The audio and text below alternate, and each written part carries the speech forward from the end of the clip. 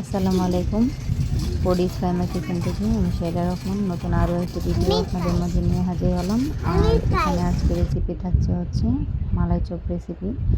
আর এই মালাই চপ রেসিপিটা বানানো যাবে শুধুমাত্র 1 কাপ গুঁড়া দুধ দিয়ে। এখানে দেখতে পাচ্ছেন আমি 1 কাপের থেকে 2-3 চামচ গুঁড়া দুধ কম দিয়েছি, আর 2-3 চামচ দিয়েছি হচ্ছে ময়দা, আর হাফ চা চামচ দিয়ে দিলাম হচ্ছে বেকিং সোডা। দিয়ে এই শুকনো উপকরণগুলোকে ভালোভাবে মিক্স করে নিব। ভালোভাবে মিক্স করা হয়ে গেলে এখানে আমি একটা ডিম ফেটিয়ে নিয়েছি। এই ডিমটাকে ভালোভাবে গুটে নিতে হবে।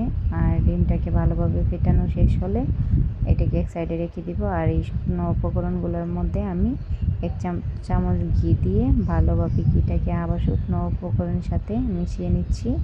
আর এটাকে ভালোভাবে মেখে নেবেন।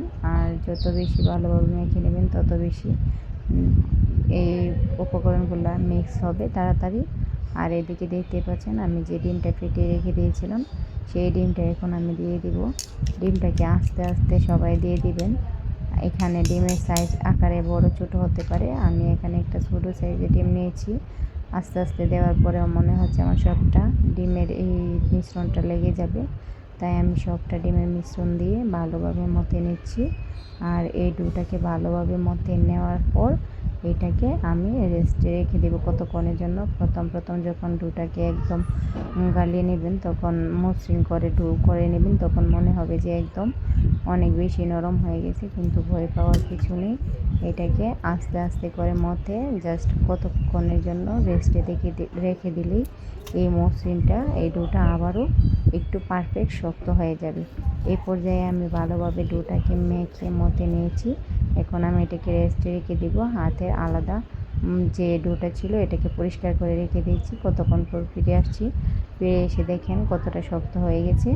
এখন আমি যে প্লেটে মিষ্টিগুলো বানিয়ে রাখবো সেই প্লেটে একটু জাস্ট তেল মেখে নিলাম, আর আমার হাতেও মেখে নিলাম। আর আমি জন্য পারফেক্ট মেজারমেন্ট করতে পারি, তাই চামচের সাহায্যে আমি কেটে কেটে নিচ্ছি।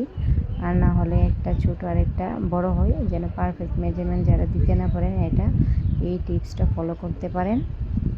আর আমার হাতের সাহায্যে ভালোভাবে একদম গোল করে এটাকে হাতের সাহায্যে জাস্ট একটু চেপে শেপটা বানিয়ে নিয়েছি। মালাই চপের এই শেপগুলো সাধারণত এমনই হয়, তাই আমি এরকম করেই একটু ভালোভাবে মথে হাত দিয়ে তারপরে এটাকে ভালোভাবে গোল করে নিয়েছি, যেন একদম মসৃণ না থাকে উপরে। আর গোল করে নেওয়ার পর হাত দিয়ে একটু চেপে আমি এটাকে চ্যাপ্টা শেপের বানিয়ে নিলাম। এইভাবে করে আমার প্রত্যেকটা মালাই চপ আমি বানিয়ে নিলাম। প্রত্যেকটা মালাই চপ বানানো হয়ে গেলে এইগুলাকে আমি এক সাইডে রেখে দেব। আর প্রত্যেকটা মালাই আপনারা এইভাবে বানানোর চেষ্টা করবেন। দুধটা যদি কম মতা হয় তাহলে হাতে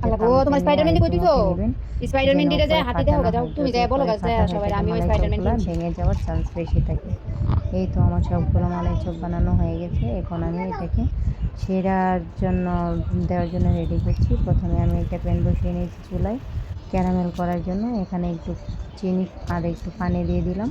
এটা আমার আস্তে আস্তে ক্যারামেল হয়ে যাচ্ছে। ক্যারামেলের কালারটা যখন একদম পুরোপুরি চলে আসবে এই পর্যায়ে আমি এখানে দিয়ে দেব হচ্ছে 1 কাপ লিকুইড দুধ। আর ক্যারামেল কালারটা যখন ক্যারামেলটা শক্ত হয়ে যাবে, তখন দুধটা দেওয়ার সাথে সাথে শক্ত হয়ে গেলে ভয় পাওয়ার কোনো কারণ নেই। এটাকে জালের মাধ্যমে একটু নেড়ে চেড়ে দিলে কালার দলাটা একদমই মিক্সড হয়ে যায় দুধের সাথে। আর এদিকে আমার দুধটা একদমই রেডি। এখন জাস্ট একটু বলক আসার জন্য অপেক্ষা করব। আর এটাকে জাস্ট নেড়ে চেড়ে দেখেন এরকম বলক আসতেই আমি সবগুলো মিষ্টি একসাথে দিয়ে দিব।